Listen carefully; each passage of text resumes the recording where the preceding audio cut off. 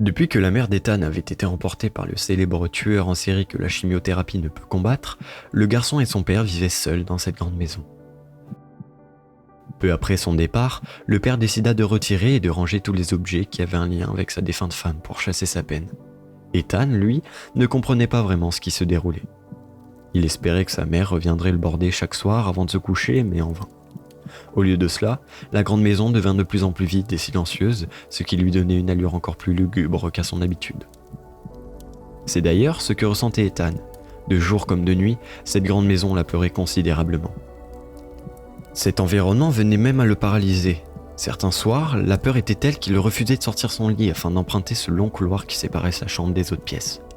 Au fil du temps, le père d'Ethan s'inquiétait et s'interrogeait sur la peur intense que connaissait son fils.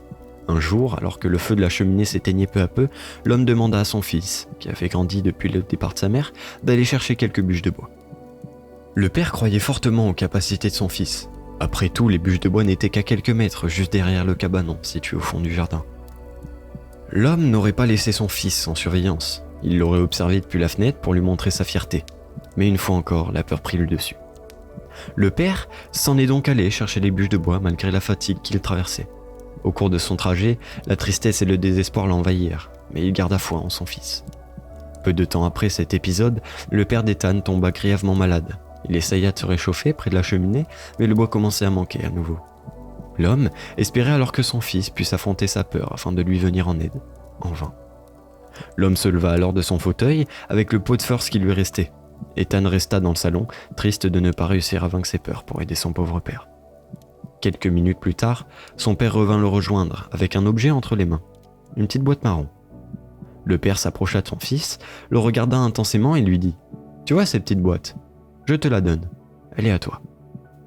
Ce qu'il y a à l'intérieur te permettra de vaincre la peur que tu as en toi. » Ethan prit alors la boîte et fit le geste de l'ouvrir pour voir ce qu'il y avait de si magique à l'intérieur, mais son père l'arrêta.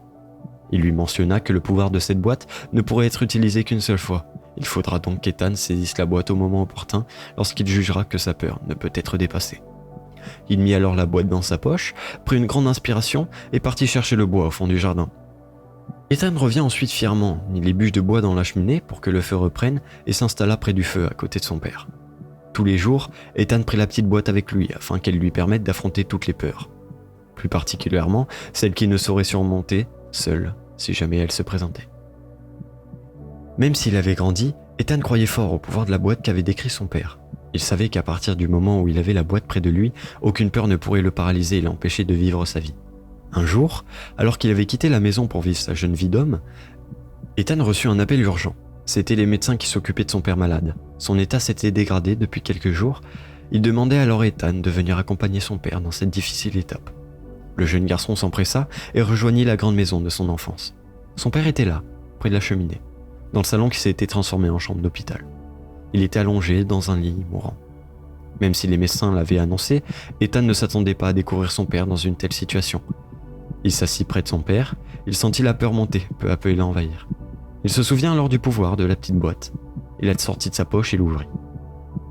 À l'intérieur, il découvrit une photo. Il la prit et vit le dernier portrait qu'il restait de sa mère. Ethan afficha alors un sourire malgré les larmes qui coulaient.